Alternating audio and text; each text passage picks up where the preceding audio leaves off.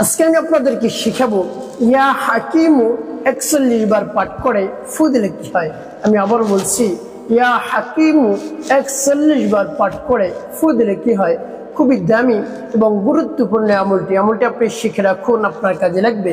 আমলটি কখন কিভাবে করবেন, কোন নিয়মে করবেন, আমল করে কিভাবে আপনি উপকৃত হবেন, আমি শুরু থেকে শেষ পর্যন্ত আপনাদেরকে অতি সহজে অতি অল্প সময়ের মধ্যে বিস্তারিতভাবে বলে দিচ্ছি। আপনারা অতি অল্প সময় এই আমলটি করতে পারবেন। তো প্রিয় ভাই বোনেরা, এই আমলটি করতে হলে আপনাকে অবশ্যই ভিডিওটি না টেনে না কেটে শেষ পর্যন্ত দেখতে হবে, তাহলে সঠিক নিয়মে সঠিক পদ্ধতিতে এই দামি গুরুত্বপূর্ণ আমলটি আপনি শিখতে পারবেন, আমলটি আপনি করতে পারবেন। আর যদি আপনি কেটে কেটে দেখেন, টেনে টেনে দেখেন, তাহলে অনেক জায়গায় বাদ পড়ে যাবে, সঠিক নিয়মে আপনি আমলটি করতে পারবেন না। তাই ভিডিওটি শুরু থেকে শেষ পর্যন্ত দেখার অনুরোধ থাকবে। তো প্রিয় ভাই বোনেরা, এই আমলটি আপনি কখন করবেন?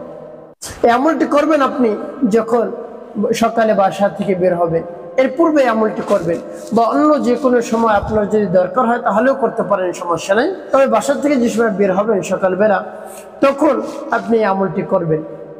তো প্রিয় ভাই বোনেরা, এই আমলটি করার ক্ষেত্রে আপনাকে পবিত্রতা অর্জন করতে হবে। পবিত্রতা অর্জন করে তারপরে আপনি আমলটি শুরু করে দেবেন। সর্বপ্রথম আপনার জীবনে গুনার কথা স্মরণ করে আপনি তাওবা ইস্তিগফার পাঠ করবেন। আস্তাগফিরুল্লাহ রাব্বি মিন কুল্লি যামবি ওয়া আতুবু ইলাইহি লা হাওলা ওয়ালা কুওয়াতা ইল্লা বিল্লাহিল আলিয়্যিল আযীম। এভাবে ইস্তিগফার যখন পাঠ করা হয়ে যাবে, ৩ বার দুরূদ শরীফ পাঠ করবেন, সাল্লাল্লাহু আলাইহি ওয়াসাল্লাম, সাল্লাল্লাহু আলাইহি ওয়াসাল্লাম, সাল্লাল্লাহু আলাইহি ওয়াসাল্লাম। এভাবে যখন ইস্তিগফার এবং দুরূদ শরীফ পাঠ করা হয়ে যাবে, কোথাও ফু দেওয়ার দরকার নেই। তারপর আমার দেখার নিয়ম অনুযায়ী সেই নামটি পাঠ করবেন। যখন পাঠ করবেন তখন মহান রব্বুল আলামিনের কাছে মনে মনে দোয়া করবেন, হে আল্লাহ, যে উদ্দেশ্যের জন্য আমি এই আমলটি করতেছি সে উদ্দেশ্য কবুল করুন, আমার সময়কে, আমার এই আমলকে কবুল করে নিন। আমল করে যেন আমি অতি দ্রুত ফলাফল পেতে পারি সে তৌফিক আপনি আমাকে দান করুন। এভাবে মনে মনে মহান রব্বুল আলামিনের কাছে আপনি দোয়া মোনাজাত করবেন। তারপরে আপনি সেই নামটি পাঠ করবেন। আর সেই নামটি কি?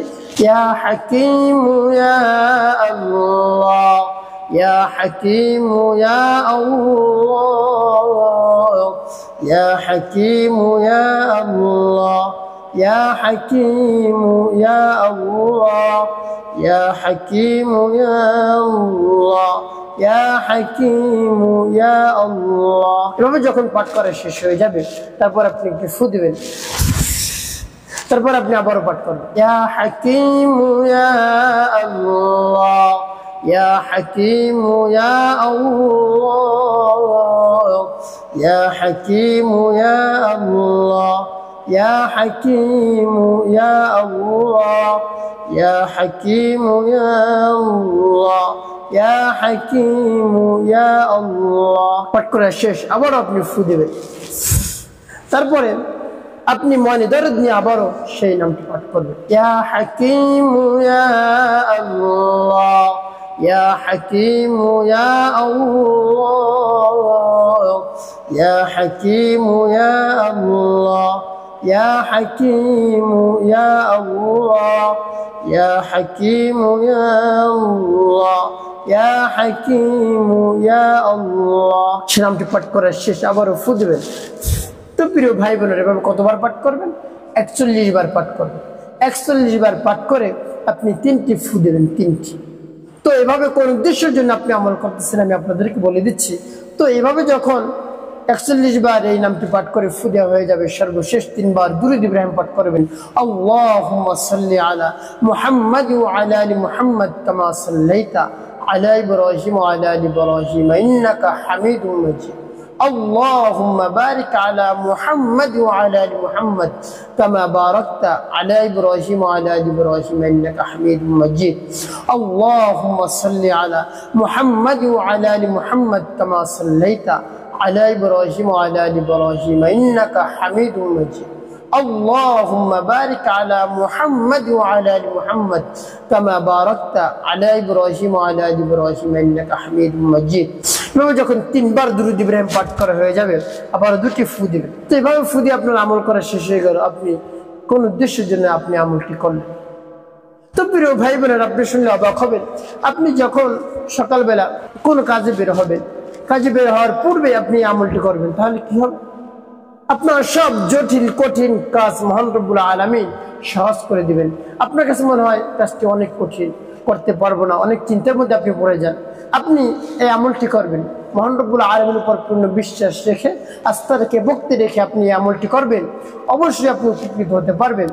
আপনি যখন বাসা থেকে বের হবেন এই আমলটি করবেন, ইয়া হাকিম ইয়া আল্লাহ 41 বার পাঠ করে মহান রব্বুল আলামিনের কাছে আপনি দোয়া করে বের হবেন, ইয়া আল্লাহ সব কঠিন সহজ করে দেন, যত ধরনের কঠিন থেকে কঠিন কাজ রয়েছে সব সহজ করে দেন, যত ধরনের সমস্যা রয়েছে সব সমস্যা আপনি দূর করুন এবং সবকিছু আপনি সহজ করে দেন। এজন্য আমার দেখার নিয়ম যে আপনি আমল করতে পারেন, অবশ্যই আপনি উপকৃত হতে পারবেন। তো প্রিয় ভাই বোনেরা, নামাজ ছাড়বেন না, 5 ওয়াক্ত নামাজ আপনি অবশ্যই আদায় করবেন। এই জবান দ্বারা মিথ্যা কথা বলবেন না, মানুষের কল্যাণে যতটুকু সম্ভব আপনি কাজ করবেন। মানুষের যদি সহযোগিতা করতে নাও পারেন, তারপরে হেল্প করতে নাও পারেন, তারপরে মানুষের কখনো আপনি ক্ষতি করবেন না, এটা আপনাকে অবশ্যই লক্ষ্য রাখতে হবে। তো এইভাবে যদি আপনার জীবনকে পরিচালনা করতে পারেন, তাহলে অবশ্যই আপনার জীবন শান্তিপূর্ণ এবং সুখময় হবে ইনশাআল্লাহ।